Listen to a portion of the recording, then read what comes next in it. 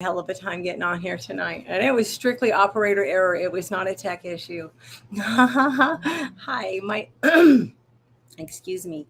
My name is Courtney, and I'm very passionate about helping women with invisible illnesses realize that you can still lead a pretty healthy and active lifestyle. It's just not going to be the one you had envisioned for yourself, but the time is going to pass regardless, and it's up to you to make the best of your situation.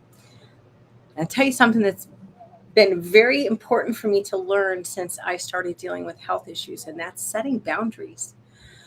In fact, when I was first diagnosed, I was talking to a doctor about fibromyalgia and what it, this literally first diagnosed and what this was going to mean for me. And one of the first things I was told was, you need to learn to say no.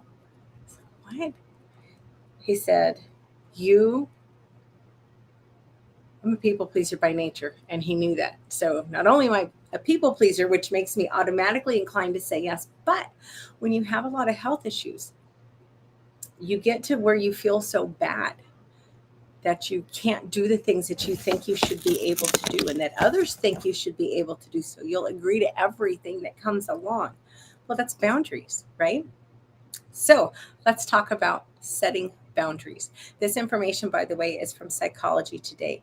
And start you off with a great quote from, I'm going to butcher her name, I'm so sorry, Mariana Bakarova, something like that. Sorry, Mariana, but she's got a PhD.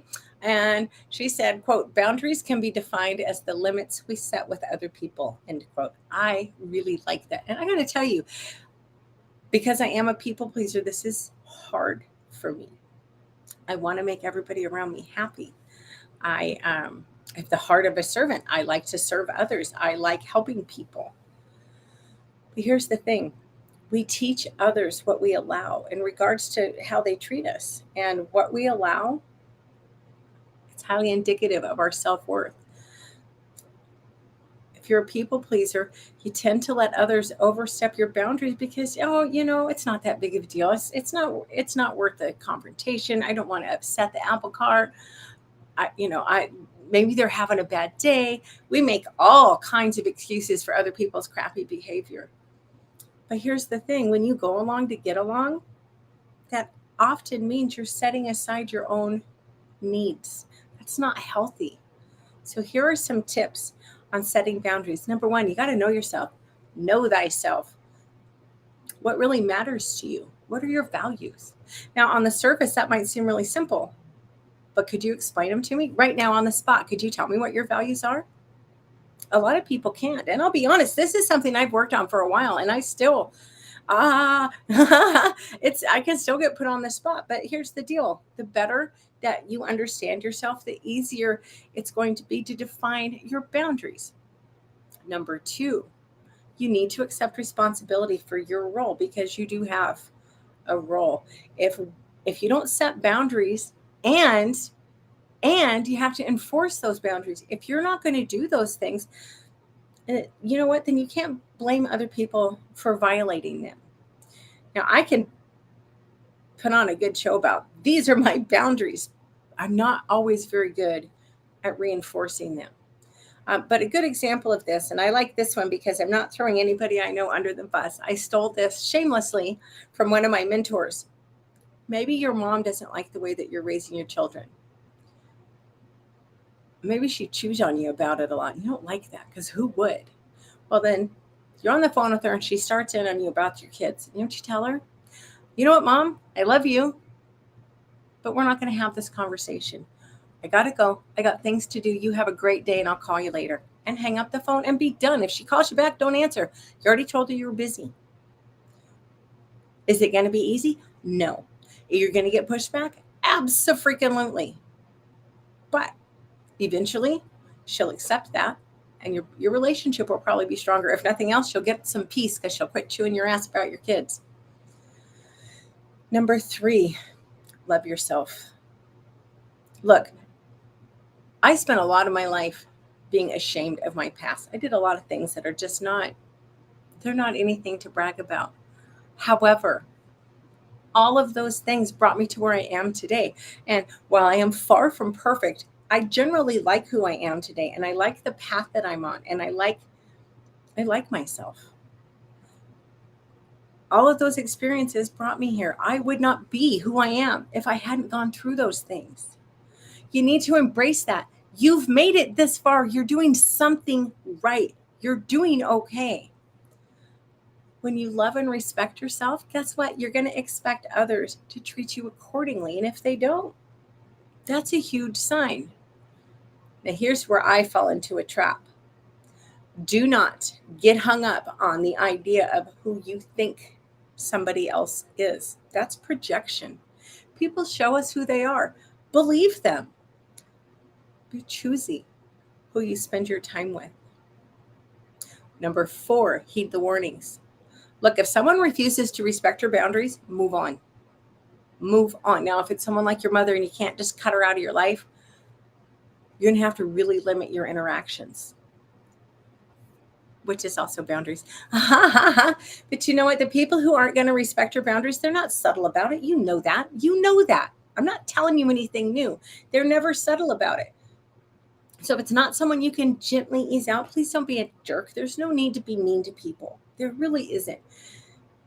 Because you know what? The people who lash out at you like that, the people who you need to set boundaries with, they're probably some of the most hurt people that you know.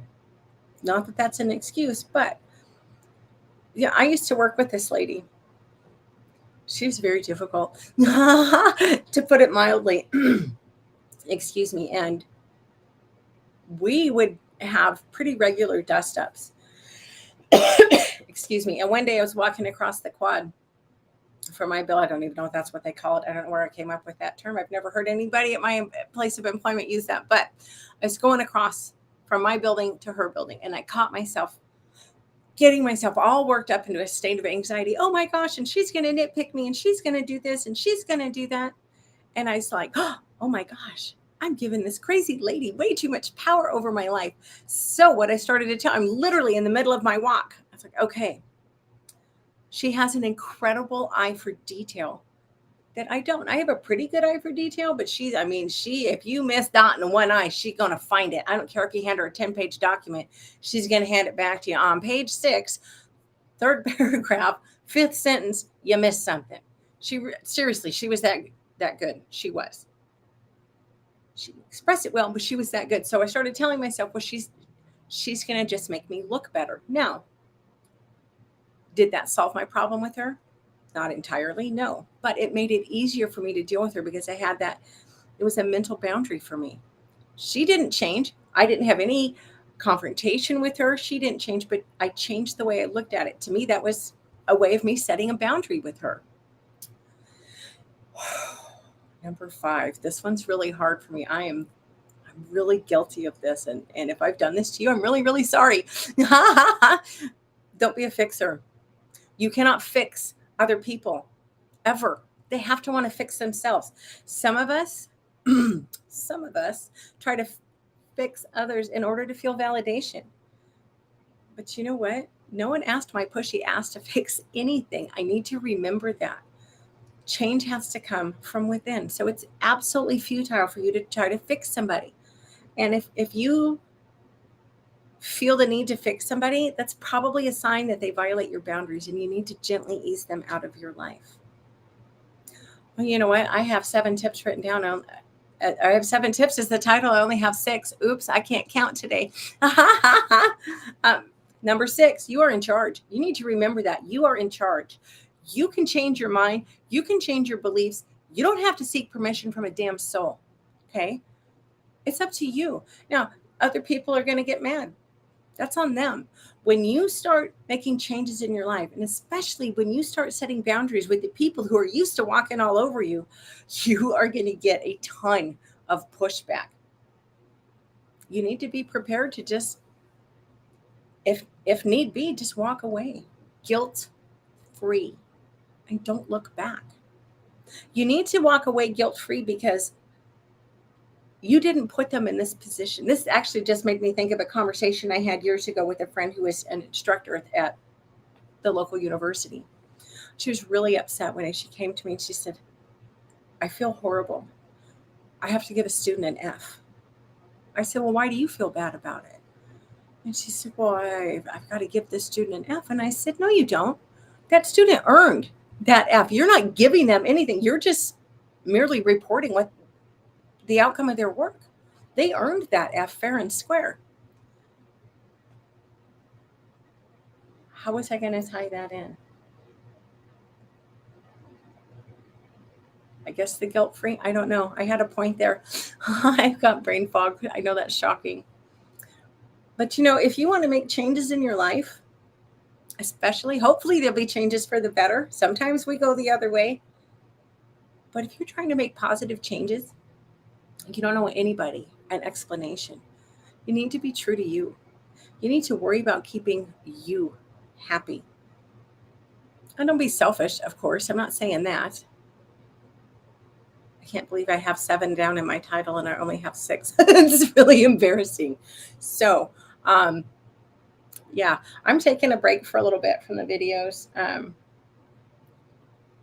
going on a road trip. My brother comes in. I've been taking care of my dad. I think most it's in the guest room at my folks' house. My brother comes in tomorrow night. And I got to tell y'all, caring for an aging, ailing parent is both the most heartbreaking thing, but there's also a lot of beauty in it. And I got to tell you, the last few weeks taking care of dad, it's really deepened our relationship. We have a far better understanding and appreciation for each other. That being said, it's tiring. It's exhausting. It's so mentally draining. It's nothing that he's done. He's been very pleasant, very easy to get along with. But he's my dad. And to see him weak and well, hell, he just had heart surgery. He's been feeble. Of course he has. It's been so emotionally freaking draining. So I'm going on a road trip. I'm going on a road trip for a few days. I might do a video Friday because I don't think I'm going to leave until Saturday or Sunday, but I don't know. All I know at this point is that my brother comes in tomorrow night, and then I'm moving to a different mindset for a while, a different stage. It's going to be weird. It's funny how quickly we fell into a routine of me helping him out and just, I don't know. Anyway, I'm rambling. Shocking, I know. I hope y'all have a great night. I will be back. I don't know when. I really don't. I have a lot of things going on that I'm not going to talk to y'all about because, frankly, they're none of your business. It's super personal, and there's a lot of chaos right now. So I'll be back when I can. I'll just jump on here and there, probably do little short videos, but it's probably going to be a few weeks before I do anything like this again. Of course, I say that. These are like therapy to me, so I might be lying to you.